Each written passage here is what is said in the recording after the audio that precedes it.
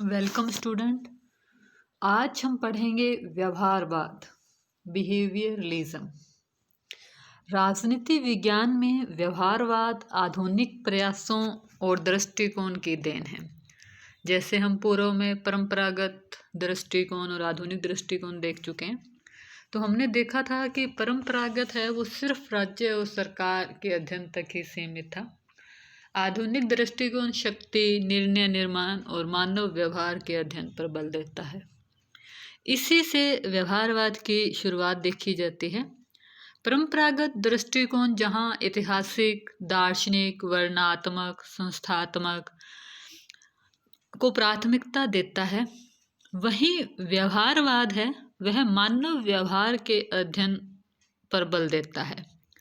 राजनीति विज्ञान के संदर्भ में व्यवहारवाद मुख्यतया अपना ध्यान राजनीतिक व्यवहार पर केंद्रित करता है। व्यवहारवाद अनुभवात्मक शोध प्रविधियों के निरंतर सुधार में विश्वास करता है। वो कहता है कि जो व्यक्ति ने अपने अनुभव से सीखा है और उन प्रविधियों के सुधार में विश्वास करता है, यह अनुभवात्मक तथा क्रियात्मक है। इसमें व्यक्तिनिष्ठ मूल्यों, मानवीय विकल्पों और कल्पनाओं आदि का कोई स्थान नहीं है। इस दृष्टि से व्यवहारवाद परंपरावादियों से बिल्कुल भिन्न है। ये राजनीति विज्ञान को राज्य की कानूनी और दार्शनिक सीमाओं में बांधने के लिए तैयार नहीं है। तो आज हम व्यवहारवाद का अर्थ देखते हैं। व्यवहारवाद का अर्थ है व्यवहारवादी राजनीति विज्ञान का मुख्य जोर आंकड़ों, सांख्यिकी के आधार पर व्यक्ति एवं व्यक्तियों के सामूहिक राजनीतिक व्यवहार के अध्ययन पर देता है। मतलब व्यवहारवादी कहते हैं कि आंकड़े, सांख्यिकी जो फैक्ट हैं, उनके माध्यम से व्यक्ति और व्यक्तियों के सामूहिक व्यवहार का अध्ययन किया जाना चाहिए। इस हेतु यह सांख्यिकी परिणामात्मक और अंतः अनुशासनात्मक अध्ययन पर बल देते हैं। व्यवहार जैसे कि पहले वाले राज्य और सरकार पे बल दे रहे थे परंपरावादी, वहीं व्यवहारवादी मानव व्यवहार में भी राजनीतिक व्यवहार व अन्य विषयों के साथ संबंधों पर बल देते हैं। व्यवहारवाद के अंतर्गत मनोविज्ञान, मानव विज्ञान और समाजशास्त्र का समावेश किया गया है। व्यवहारवाद शब्द का प्रयोग आरंभ में, जैसा कि डेविड स्टन ने लिखा है, उस मनोवैज्ञानिक संकल्पना के अर्थ में किया गया था जिसका आरंभ J.V. वाटसन, जैसे हमने जब साइकोलॉजी के अंदर वाटसन ने किया था, और राजनीति के लिए डेविड स्टन के द्वारा इसका प्रयोग किया गया। राजनीतिक व्यवहार शब्द का प्रयोग अमेरिकी राजवैज्ञानिकों के द्वारा पहले विश्व युद्ध के बाद किया जाने लगा। तो व्यवहारवाद के जन्म में सबसे ज़्यादा योगदान अमेरिका के राजनीतिक वैज्ञानिकों का रहा है। अमेरिका के एक न्यूज़ पत्रकार हैं फ्रैंकेट, उन्होंने 1928 में प्रकाशित पुस्तक पॉलिटिकल बिहेवियर में राजनीतिक व्यवहार शब्द का प्रयोग किया। व्यवहारवाद के अर्थ में डेविड स्टन ने कहा है, व्यवहारवादी स्रोत व्यक्ति के व्यवहार पर अपना समस्त ध्यान केंद्रित करता है। ये परिभाषा है। व्यवहारवाद का अर्थ क्या बता रहे हैं? व्यक्ति के व्यवहार पर पूरा फोकस होना चाहिए।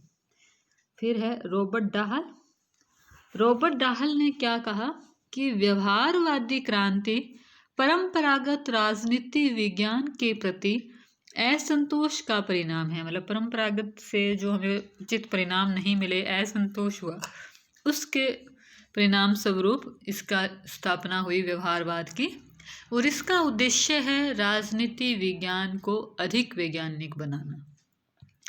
व्यवहारवाद है वो व्यक्तिगत अनुभवों पर अधिक बल देता है। इसमें मनोविज्ञान, समाजशास्त्र, अर्थशास्त्र, मानव विज्ञान को समाहित किया गया है।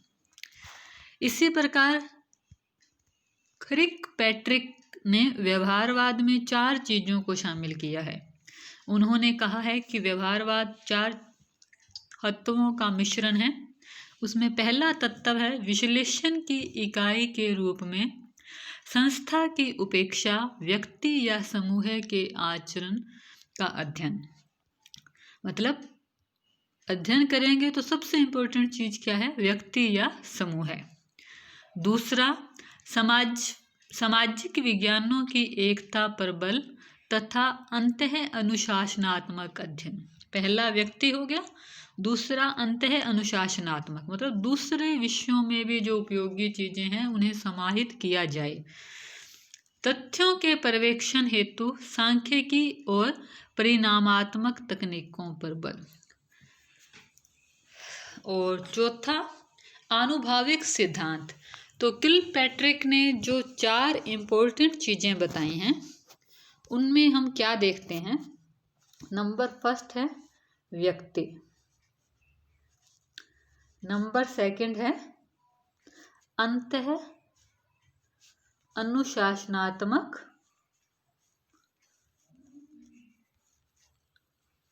अध्ययन, नंबर 3 सांख्यिकी और परिणामात्मक दृष्टिकोण,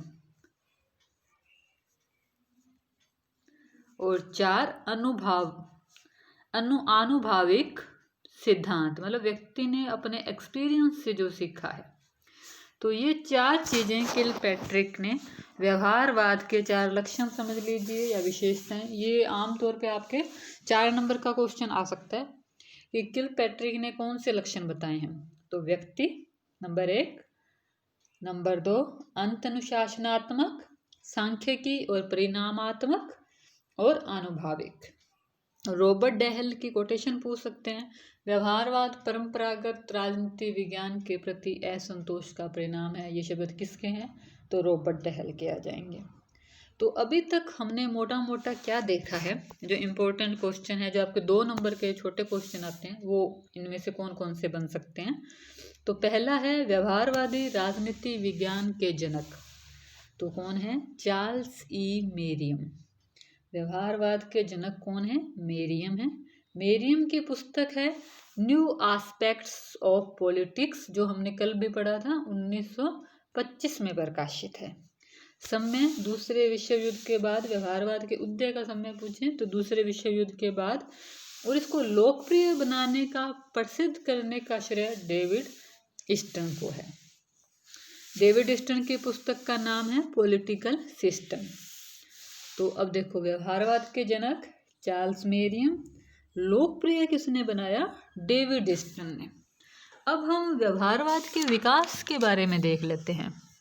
व्यवहारवाद एक मोस्ट इम्पोर्टेंट टॉपिक है बेटा, जो आपके MA तक आएगा। जो आपने 12th में भी पढ़ा होगा, इसका थोड़ा वाइल्ड रूप आप BA में पढ़ लोगे, उससे भी थोड़ा विस्तृत जानकारी आप MA में लोगे।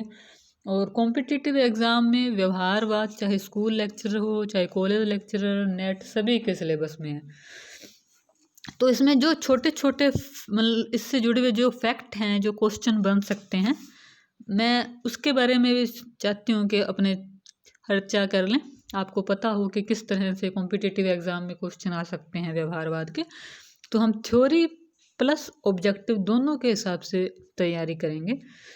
तो जैसे इसमें व्यवहारवाद का विकास देखते हैं। तो ग्राम वेल्स की रचना है ह्यूमन नेचर इन पॉलिटिक्स। तो अब ये क्वेश्चन बन जाएगा, ग्राम वेल्स की पुस्तक कौन सी है? तो human nature in politics. Arthur Bentley, उनकी पुस्तक है द प्रोसेस ऑफ गवर्नमेंट। अब दोनों बुकों का प्रकाशन हुआ है 1908 में। इन दोनों पुस्तकों के अंदर मानव व्यवहार समूह के अध्ययन पर बल दिया गया, मतलब मानव व्यवहार का सामूहिक अध्ययन किया जाना चाहिए। तो इनकी पुस्तकों में हमें व्यवहारवाद के विकास की भनक मिलती है। अगर इससे भी थोड़ा पहले जाएं तो व्यवहारवाद का आधार है, जो हमने देखा था, किलपैट्रिक ने बताया था, आनुभविक सिद्धांत। तो अनुभववाद, तो अनुभववाद के बारे में सर्वप्रथम लोक ने विचार पेश किए थे। तो जो अनुभववाद है उसकी पृष्ठभूमि हमें लोक से मिलती है। तो व्यवहारवाद के सर्वप्रथम विचार हम जॉन लॉक के अंदर भी देख सकते हैं। और अमेरिका में चार्ल्स मेरियम ने व्यवहारवाद की अगुवाई की। उनकी पुस्तक न्यू एस्पेक्ट ऑफ पॉलिटिक्स जो 1925 में प्रकाशित है, उसमें उन्होंने अपने राजनीतिक समूह के अध्ययन पर बल दिया। मानव विज्ञान, दर्शन शास्त्र, सांख्यिकी, अर्थशास्त्र को निकट लाने का प्रयास किया। इसके अलावा गोस्नेल की पुस्तक है गेटिंग आउट द वोट के नाम से उन्होंने प्रकाशन किया था। इसमें उन्होंने आम चुनाव में विविध प्रकार और मतदाताओं के व्यवहार का अध्ययन किया था। और फिर लासवेल की रचना है psychopathology and politics. Psychopathology and politics, इसके लेखक लासवेल हैं। इन्होंने मनोविश्लेषण कर राजनीतिक व्यक्तित्व का अध्ययन करने का प्रयास किया।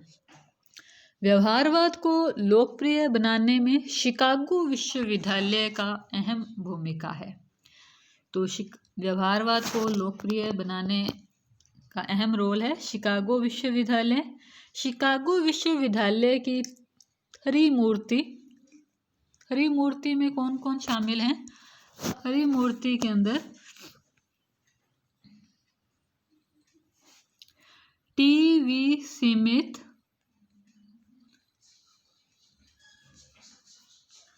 Charles मेरियम,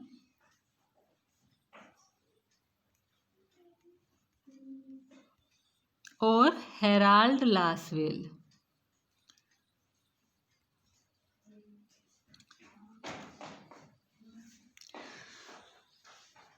Charles मेरियम social science research association के चेयरमैन थे। उन्होंने न्यू एस्पेक्ट ऑफ पॉलिटिकल पुस्तक लिखकर राजनीति शास्त्र को विज्ञान बनाने का नारा दिया। मेरियम की प्रेरणा से शिकागो संप्रदाय व्यवहारवाद का गढ़ बन गया। मेरियम की प्रेरणा से ही विद्वानों ने विश्लेषण की सांख्यिकी तकनीक का प्रयोग करना आरंभ किया। व्यक्ति और छोटे छोटे समूहों के राजनीतिक आचरण का अध्ययन भी मेरियम की प्रेरणा से ही हुआ। मेरियम के बाद हेराल्ड लासवेल। अब ये नाम ध्यान से सुनना, इसमें ये भी पूछ सकते हैं निम्नलिखित में से कौन से व्यवहारवादी हैं। तो व्यवहारवादी जो जो विचारक हैं उनके नाम भी आपको पता होने चाहिए। तो Charles Merriam, Harold Lasswell, David Easton, Almond Coleman, Karl Deutsch, Edward Shils आदि ने व्यवहारवादी अध्ययन को आगे बढ़ाया। रॉबर्ट ए डेहल और सिमूर एम लिपसेट ने शोध कार्य के लिए सिद्धांत निर्माण पर जोर दिया। व्यवहारवाद के विकास में हम देखें तो डेविड डिस्टन का महत्वपूर्ण योगदान रहा और आगे चलकर व्यवहारवाद में अभिनव क्रांति उत्तर व्यवहारवाद का भी उद्घोषक वही बना। उत्तर व्यवहारवाद के जनक भी डेविड डिस्टन बने। तो अब हम देखते हैं व्यवहारवादी क्रांति के कारण। क्या कारण होते कि राजनीति विज्ञान के विचारकों ने व्यवहारवाद या राजनीति को विज्ञान बनाने के लिए सोचा? पहला है परंपरागत अध्ययन पद्धतियों के प्रति असंतोष। जो विचारक थे उन्हें परंपरागत से अपनी इच्छा के अनुसार जो वो वैज्ञानिकता चाहते थे परिणाम नहीं मिल रहे थे। इसी परंपरागत से असंतुष्ट होकर विचारकों के द्वारा एक नवीन और वैज्ञानिक सिद्धांत बनाने पर बल दिया गया। दूसरे विश्व युद्ध का प्रभाव, अन्य समाज विज्ञानों के अध्ययन में नवीन टेक्निक्स का प्रयोग किया जा रहा था, तो इसका प्रभाव राजनीति विज्ञान पर भी पड़ा। तो राजनीति विज्ञान में भी नवीन पद्धतियां सिद्धांतों को अपनाया जाने लगा। और अन्य समाज विज्ञानों का प्रभाव, तो जैसा कि रॉबर्ट डेहल ने लिखा है, व्यवहारवाद एक ऐसा आंदोलन है जिसका उद्देश्य राजनीतिक अध्ययन को आधुनिक मनोवैज्ञानिक, समाजशास्त्र और अर्थशास्त्र में विकसित सिद्धांत, पद्धतियों, खोजों और दृष्टियों के निकट संपर्क में लाना है। तो इसीलिए अन्य से प्रेरणा लेकर इन्होंने भी इन्हीं टेक्निक्स को अपनाया। लोकतांत्रिक राज्यों का उदय दूसरे विश्व युद्ध के बाद बहुत से नव स्वतंत्र देश हुए और इस नव स्वतंत्र देशों के द्वारा नई शासन व्यवस्थाएं अपनाई गई, उनकी क्या सोच थी और उस सब के अध्ययन पर बल दिया गया। इसी के कारण व्यवहारवाद का जन्म हुआ। अब हम कल के टॉपिक में व्यवहारवाद की प्रमुख विशेषताएं, उसकी मान्यताओं का अध्ययन करेंगे। धन्यवाद।